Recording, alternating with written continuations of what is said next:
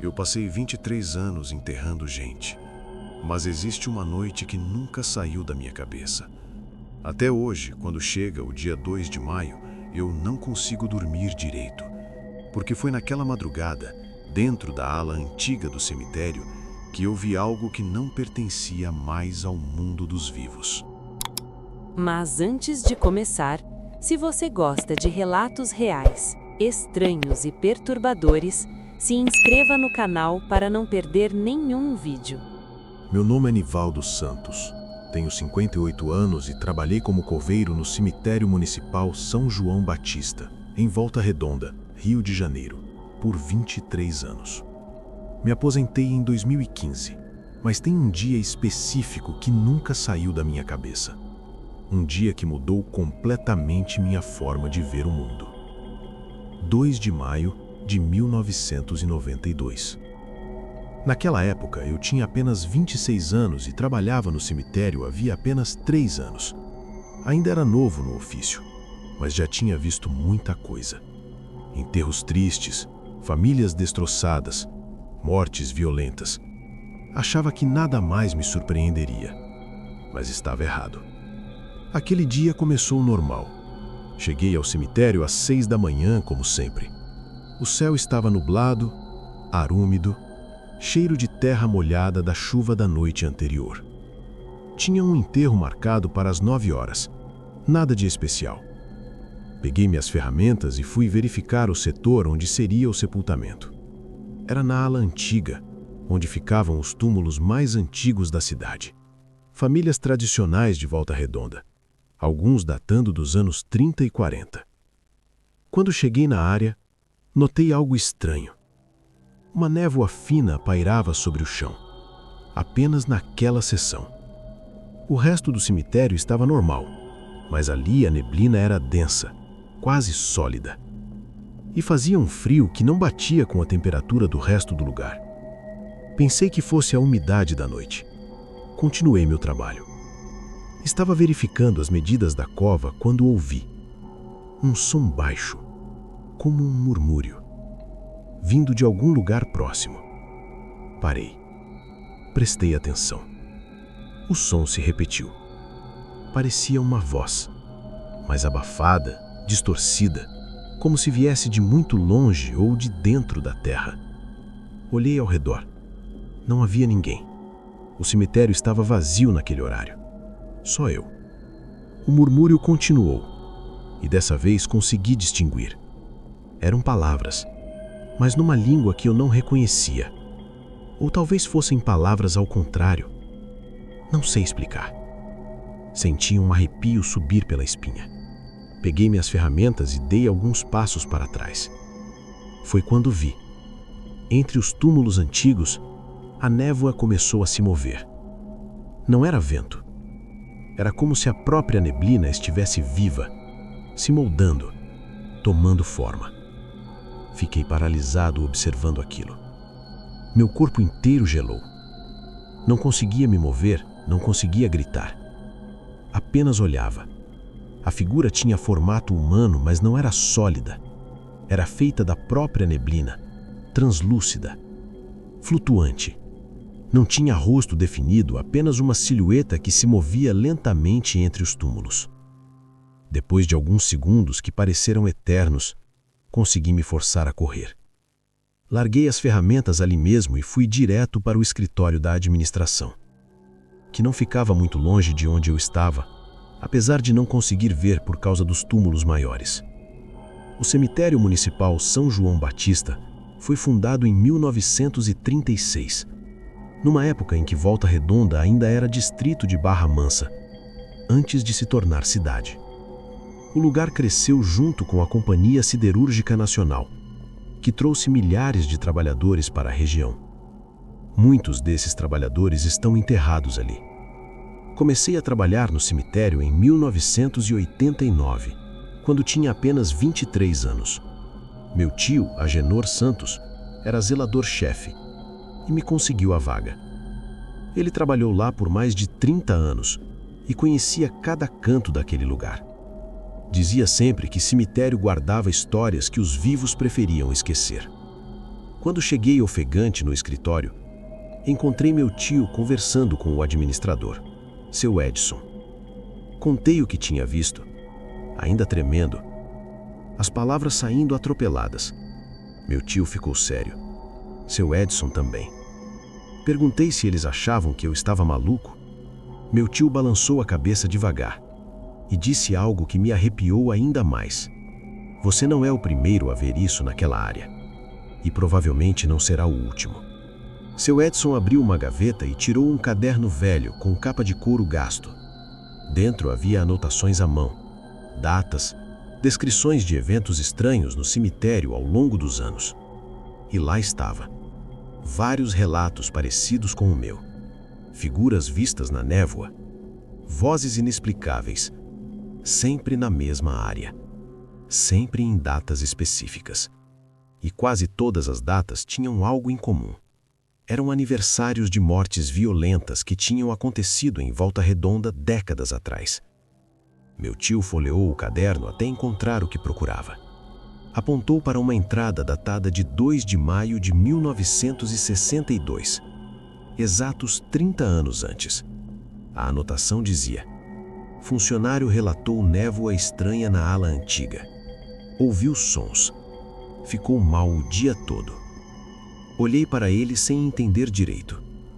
Seu Edson explicou de forma calma. Disse que aquela área do cemitério tinha histórias antigas. Que nos anos 40, durante a Segunda Guerra Mundial, Volta Redonda estava em construção por causa da CSN. Tinha muitos trabalhadores de fora. Alemães, italianos, poloneses. Com a guerra, surgiram problemas. Brasileiro desconfiava de estrangeiro. Estrangeiro tinha medo de brasileiro. As tensões foram aumentando. Em maio de 1942, aconteceu uma briga violenta. Um grupo atacou uma pensão onde moravam alemães. Vários morreram. As autoridades abafou o caso. Não quis escândalo.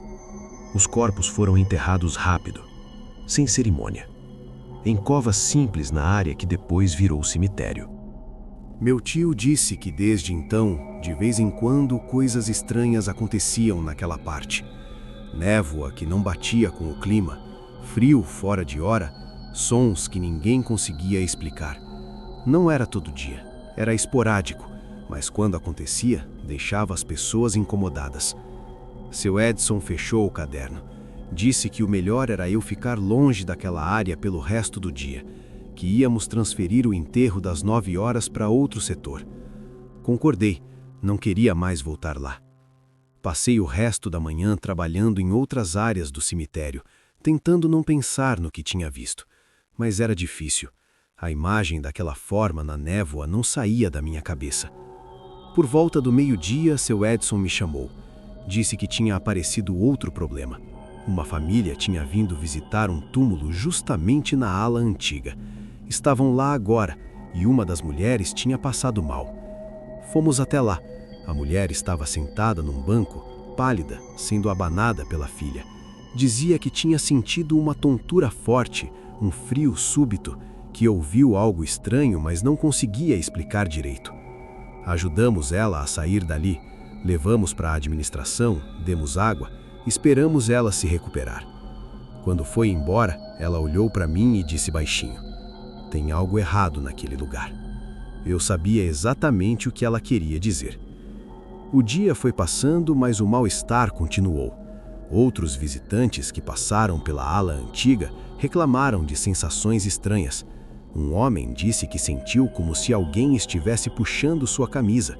Uma senhora jurou ter ouvido sussurros. Meu tio decidiu isolar a área com corda. Colocou uma placa improvisada: manutenção, área temporariamente fechada. Era mentira, mas era melhor que deixar as pessoas entrarem ali. Durante a tarde fiquei observando de longe. A névoa não tinha sumido. Continuava ali, densa, grudada no chão daquela seção específica. O resto do cemitério estava normal. Sol forte, céu claro, mas naquela área parecia outro clima. Seu Edson me chamou no escritório. Disse que tinha ligado para o padre da paróquia, pedindo que viesse fazer uma bênção na área. O padre prometeu vir no dia seguinte. Mas enquanto isso, alguém precisava ficar de vigia durante a noite, para garantir que ninguém entrasse na área isolada. Eu disse que tudo bem, ficaria. Meu tio não gostou da ideia. Disse que era melhor deixar a área sozinha até o padre vir, mas disse que ficaria no portão, longe dali, só observando. Ele relutou, mas acabou concordando. A noite caiu. O cemitério ficou vazio. Tranquei o portão principal. Peguei uma lanterna e uma garrafa térmica com café. Sentei num banco de onde conseguia ver a ala antiga à distância. As primeiras horas foram tranquilas. Silêncio absoluto. Apenas o som de carros passando na rua do lado de fora. Mas por volta das 11 da noite notei algo. A névoa tinha aumentado. Não estava mais restrita ao chão. Estava subindo, formando uma camada espessa que cobria os túmulos inteiros. E dentro daquela névoa, comecei a ver vultos. Não era uma figura só, eram vários, se movendo lentamente, como se caminhassem entre os túmulos. Levantei do banco, segurando a lanterna com força. O coração batia rápido. E então ouvi um som que me gelou completamente. Um grito, alto, desesperado, vindo de dentro da névoa. O grito ecoou pelo cemitério vazio. Não era um grito só, eram vários, sobrepostos. Homens gritando em desespero, em dor, em terror. Meu corpo inteiro tremeu. A lanterna quase caiu da minha mão. Os vultos na névoa se moviam mais rápido agora. Corriam, tropeçavam, caíam, como se estivessem fugindo de algo, ou sendo perseguidos. E então vi algo que me fez recuar vários passos. Chamas, dentro da névoa. Não eram chamas reais, eram como ilusões, formas alaranjadas que apareciam e sumiam, mas dava para ver claramente. Um dos vultos estava cercado por essas chamas. Se debatia, gritava. Era a cena do massacre. Estava acontecendo de novo. Não era real, mas era visível, como se o passado tivesse se sobreposto ao presente. Recuei mais, encostei no muro do cemitério. Não conseguia tirar os olhos daquela cena. Os gritos continuaram por alguns minutos que pareceram horas. Depois, lentamente começaram a diminuir. As chamas desapareceram. Os vultos pararam de se mover. E então, a névoa começou a se dissipar. Fiquei ali encostado no muro, respirando rápido, tentando processar o que acabava de ver. Quando a névoa sumiu completamente, o cemitério voltou ao normal. Silencioso, vazio. Como se nada tivesse acontecido. Mas eu sabia que tinha acontecido. Eu tinha visto. Passei o resto da noite acordado sem coragem de me aproximar daquela área. Apenas sentado no banco, vigiando de longe, tremendo de frio e de medo. Quando o sol começou a nascer, por volta das 6 da manhã, meu tio chegou. Viu minha expressão e perguntou o que tinha acontecido. Contei tudo, cada detalhe. Ele me ouviu em silêncio. Quando terminou, ele apenas balançou a cabeça e disse que eu não deveria ter ficado, que algumas coisas não são para ser vistas. O padre veio ao meio-dia, benzeu a área inteira, rezou por mais de 1 hora, colocou água bendita nos túmulos, fez o sinal da cruz várias vezes. Quando terminou, disse que tinha feito o que podia, que as almas deveriam encontrar descanso agora. Mas olhou para mim com uma expressão que deixava claro. Ele não tinha certeza se tinha funcionado. Nos dias seguintes, fiquei de olho na área. A névoa não voltou. O frio estranho sumiu. Tudo parecia ter voltado ao normal. Mas eu não era mais o mesmo. Comecei a ter pesadelos. Toda noite via os vultos, ouvia os gritos, sentia o frio daquela madrugada. Acordava suando, o coração disparado. Minha esposa, Sônia, percebeu. Perguntou o que estava acontecendo. Contei a verdade. Ela ficou preocupada. Disse que talvez eu devesse procurar outro emprego, que aquilo estava me fazendo mal. Pensei seriamente nisso, mas não era fácil largar. Precisava do salário. E no fundo, sentia que fugir não ia resolver. O que eu tinha visto ficaria comigo de qualquer jeito. Meu tio me chamou para conversar algumas semanas depois. Disse que entendia o que eu estava passando. Que quando era mais novo, também tinha visto coisas no cemitério. coisas que não conseguia explicar. Perguntou se eu queria ser transferido para trabalhar apenas nas áreas novas, longe da ala antiga. Aceitei. Passei os meses seguintes evitando aquela sessão. Trabalhava em outras partes, lidava com enterros em áreas diferentes. Aos poucos, os pesadelos foram diminuindo. Mas de vez em quando precisava passar perto da ala antiga, sentia uma presença, um peso no ar, como se algo ainda estivesse ali, observando. Outros funcionários começaram a relatar coisas estranhas também. Nada tão intenso quanto o que eu tinha visto, mas pequenos eventos. Ferramentas que sumiam e apareciam em lugares diferentes.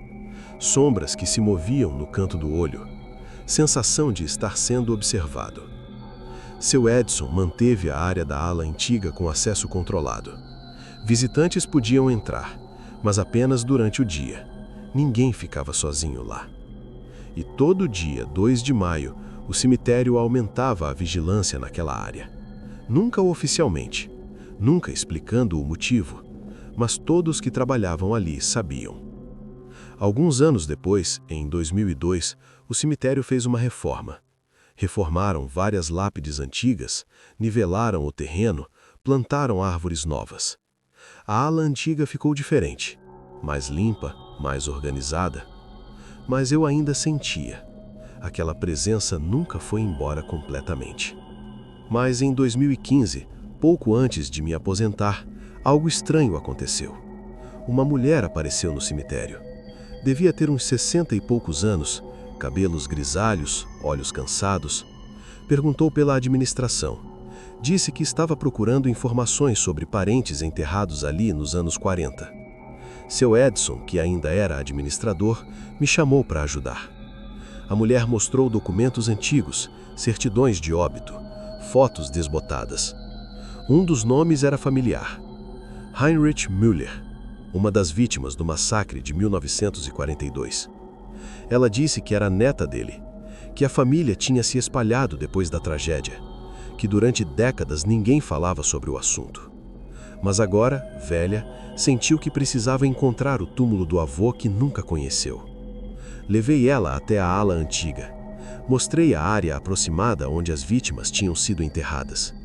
Expliquei que não havia lápides individuais, que tudo tinha sido feito às pressas.